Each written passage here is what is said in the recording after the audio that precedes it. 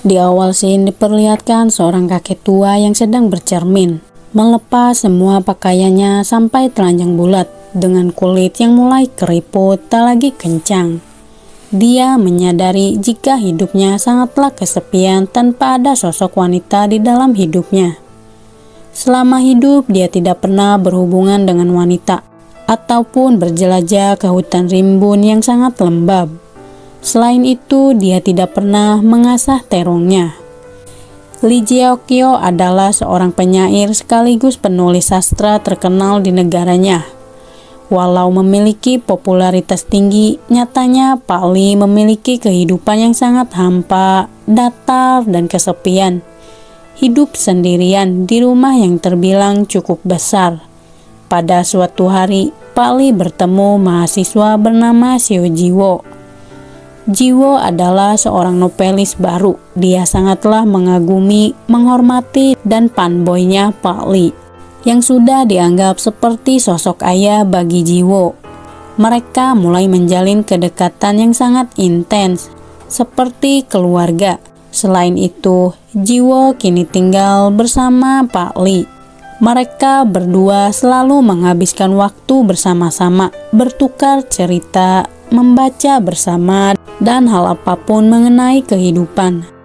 Suatu hari, Pak Lee melihat seorang gadis dengan pakaian yang cukup terbuka, memperlihatkan beberapa bagian tubuh yang eksotis dan indah. Setelah pulang berbelanja, kedatangan Ji-wo membuat gadis yang bernama Han Eun-gyo cukup terkejut.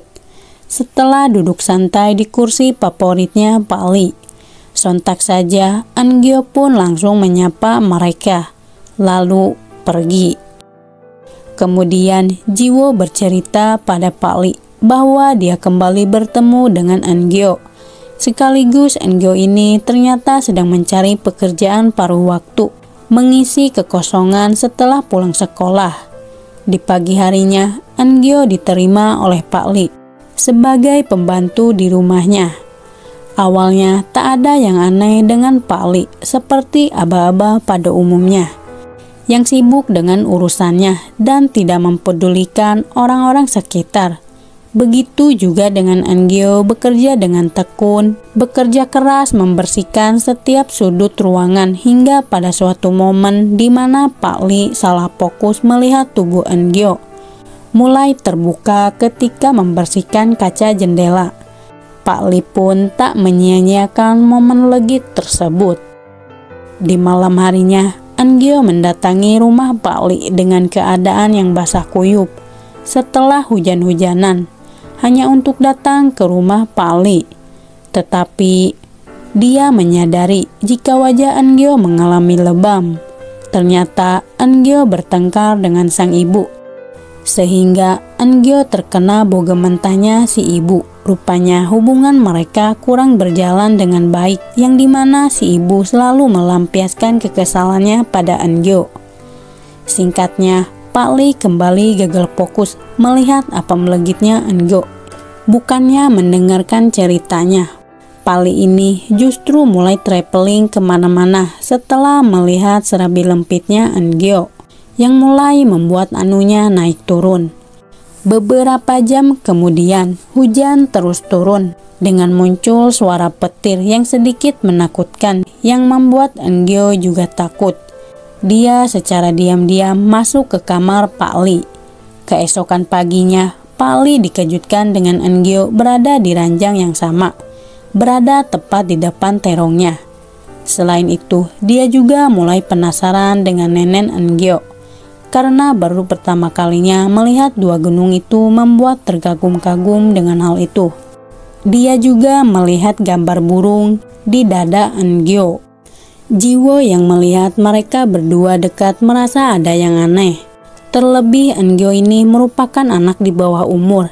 Dia memintanya untuk menjaga jarak dan tidak terlalu dekat. Selain itu, Ji-wo juga meminta Eun-gyo untuk tak mendekati Pak Lee, sehingga Ji-wo pun terpaksa mengkagetkannya untuk menegurnya. Hal itu membuat Eun-gyo sangatlah kesal dengan apa yang dilakukan Ji-wo barusan. Dia pun harus kehilangan cermin kesayangannya. Walau cermin itu tak berarti bagi Jiwo, tetapi cermin itu memiliki banyak makna bagi Eun-gyo. Terlebih cermin tersebut merupakan hadiah pertama kali dari sang ibu. Jadi itu semua sangatlah berharga. Pak Lee yang melihat Eun-gyo sangatlah bersedih. Dia pun nekat mengambil cermin tersebut. Walau harus mengorbankan nyawanya hanya untuk mengambil cermin Eun-gyo yang terjatuh di sisi tebing. Seketika Eun-gyo pun sangatlah gembira dengan kembalinya cerminnya. Dia sangatlah berterima kasih kepada Pak Lee. Singkat cerita, di pagi harinya Eun-gyo kembali mendatangi Pak Lee. Dia memperlihatkan keahliannya menggambar burung. Kok burung? Awalnya Pak Lee menolak untuk dibuatkan gambar burung di dadanya.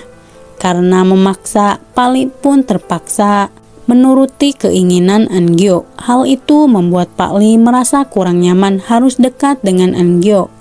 Tetapi lama-kelamaan, Pak Lee justru sangatlah menikmatinya, merasakan sentuhan dua gunung Eun-gyo, seperti mendapat durian runtuh. Lalu, Pak Lee pun mulai berfantasi liar, yang dimana dia membayangkan dirinya bersama Eun-gyo berjelajah bersama-sama, menikmati hutan rimbun yang lembab.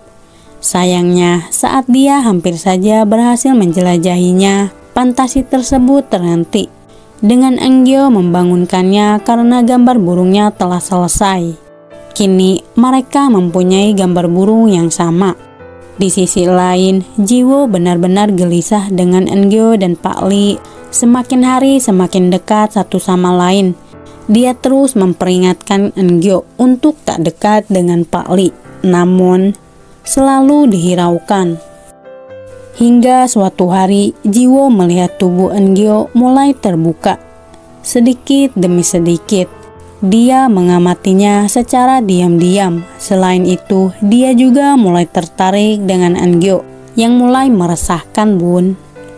Saat Eun-gyo ingin memindahkan lemari kecil, Jiwo langsung bertindak dengan cepat meminta Eun-gyo untuk tidak memindahkan itu semua. Karena Pak Lee orangnya sangatlah rapih menata buku-bukunya. Jika dipindahkan, Pak Lee akan marah. Walau sempat berdebat, mereka justru malah bercanda mempertahankan ego masing-masing, sampai hanyut dalam suasana.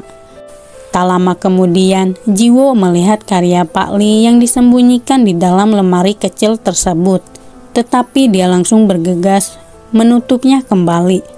Sementara itu, Eun-gyo terus merengek kepada Pak Lee bahwa dia juga ingin ikut ke museum sastra. Tapi Jiwo melarangnya untuk tak ikut. Berbeda dengan Pak Lee yang memperbolehkannya untuk ikut. Setelah sampai, Pak Lee memperlihatkan gambar burung yang digambarkan oleh Eun-gyo kepada semuanya, bahwa dia itu tak ketinggalan zaman meski sudah tuwir. Lalu, Pak Lee menjemput Eun-gyo. Mereka berdua menghabiskan waktu seharian penuh seperti sedang berkencan. Setelah pulang, Pak Lee mendapat kabar baik. Jiwo telah berhasil membuat novel yang sangat viral di kalangan masyarakat. Kini novel tersebut sudah disebarkan di penjuru negeri, hingga menjadi trending topik dengan judul Eun-gyo. Mendengar itu semua, Pak Lee langsung bergegas mencari buku tersebut. Dia mengetahui kalau Jiwo telah mencuri karyanya. Sontak saja dia sangatlah marah terhadap Jiwo dengan tindakan Jiwo yang telah mengambil karyanya, bahkan telah diterbitkan. Jiwo juga mengetahui kenapa Pak Lee tidak menerbitkannya, karena Pak Lee akan dianggap sebagai pedofil. Karena berhubungan dengan anak di bawah umur yang akan dikecam oleh masyarakat dengan novel tersebut. Akan menjadi skandal besar di mana pria parubaya mencintai anak di bawah umur. Mendengar ucapan tersebut membuat Pak Lee sangatlah marah besar. Dengan ucapannya sangatlah menyakitkan, melukai hati dan perasaannya. Pertengkaran tersebut tak sengaja disaksikan oleh Eun-gyo. Seketika Eun-gyo pun langsung pergi. Kini hubungan Pak Lee dan Jiwo menjadi hancur lebur. Singkat cerita, Eun-gyo mendatangi Jiwo. Dia sangat tertarik dengan karya Jiwo. Di dalam cerita, Eun-gyo begitu sangat cantik, sehingga dia sangatlah berterima kasih. karena telah menulis karya tersebut. Eun-gyo membaca novel Eun-gyo. Tak lama kemudian, Jiwo pun mengajak Eun-gyo untuk melakukan pengencrotan. Akan tetapi Eun-gyo menolaknya secara mentah-mentah, sekaligus dia pun langsung pergi. Kini karir Jiwo semakin cemerlang dengan karya novelnya yang mengangkat derajatnya. Dia mendapatkan penghargaan sastra tahunan. Selain itu, Pak Lee juga datang ke acara tersebut dengan wajah datar. Dia bahkan berpidato bahwa usia tuanya bukanlah kesalahan jika mencintai seseorang. Secara langsung Pak Lee seperti menyindir Jiwo. Selain itu, novel Eun-gyo menurutnya sangatlah indah seperti hujan manis di atas tanah yang kering. Setelah insiden tersebut membuat Pak Lee harus mengerjakan pekerjaan rumahnya sendirian. Eun-gyo tak lagi datang ke rumahnya, apalagi Jiwo. Pak Lee tak mau melihatnya. Pada suatu hari, tepat di hari ulang tahunnya, Eun-gyo datang untuk merayakan hari ulang tahunnya Pak Lee. Kemudian di malam harinya disusul oleh Jiwo mendatangi Pak Lee.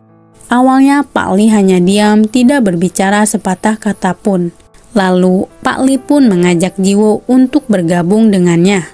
Suasana pun menjadi canggung satu sama lain. Tapi berkat kehadiran Eun-gyo di antara mereka berdua berhasil mencairkan suasana menjadi lebih asik dan tidak monoton. Mereka pun minum-minum sampai larut malam. Setelah minum, Eun-gyo pun mengantarkan Pak Lee untuk ke kamarnya. Dia terus menatap Eun-gyo dan memeluknya, bahwa dia sangatlah kesepian selama ini. Lantas, Eun-gyo pun hanya bisa mengecupnya saja. Awalnya Eun-gyo hendak akan pulang, namun dia teringat dengan Jiwo yang berada di ruangan kerja Pak Lee. Sendirian di ruangan tersebut, dia pun menghampirinya. Di malam harinya, Pak Lee terbangun mendengar suara-suara pengencrotan di dalam rumahnya. Betapa ruasnya melihat orang yang dicintainya sedang melakukan cekicrot bersama Jiwo. Dia tak percaya dengan yang tadi dilihatnya. Pak Lee pun memutuskan untuk berkeliling rumah menontonnya sampai habis demi menyaksikan orang yang dicintainya sedang berjelajah di hutan rimbun yang lembab. Hal itu membuatnya menjadi sangat sakit hati telah dihianati oleh orang terdekat. Dia berniat akan membunuh Jiwo dengan mobil yang sudah diatur sedemikian rupa. Tak lama kemudian, Jiwo menyadari jika Pak Lee melihat itu semua apa yang dilakukannya bersama Eun-gyo di malam hari. Dengan sangat marah, Jiwo berniat hati ingin bertemu dengan Pak Lee. Namun, takdir berkata lain, dia berakhir mengalami kecelakaan karena tak sabaran, yang mengakibatkan Jiwo ini mengalami kecelakaan hebat. Bahkan dia terjatuh dari pembatas jalan. Sementara itu, Pak Lee akhirnya memberitahukan Eun-gyo bahwa dia telah membunuh Jiwo. Dalam perjalanannya, Eun-gyo melihat mobil Jiwo sudah ringsek parah. Kemudian Eun-gyo menyadari jika novel Eun-gyo bukanlah karya dari Jiwo. Setelah dia membaca sepenuhnya, lantas dia pun mendatangi rumah Pak Lee. Kondisi Pak Lee cukup memprihatinkan dengan dirinya menjadi sangat kacau setelah meninggalnya Jiwo. Eun-gyo pun akhirnya bercerita bahwa dia juga pernah merasa kesepian. Saat itulah dia datang ke rumah Pak Lee untuk mencari kehangatan, kelembaban yang dimiliki oleh Pak Lee. Dia berkata bahwa Eun-gyo tetap miliknya karena Pak Lee menulis kisah tersebut. Eun-gyo sangatlah berterima kasih telah dibuatkan cerita yang begitu indah dan cantik. Film pun tamat. Hikmah yang saya ambil dari film ini adalah jangan pernah mencintai wanita yang sama, karena itu akan menghancurkan dirimu bersama orang terdekat. Dan jangan pernah mencuri karya orang lain, karena itu tidak dibenarkan.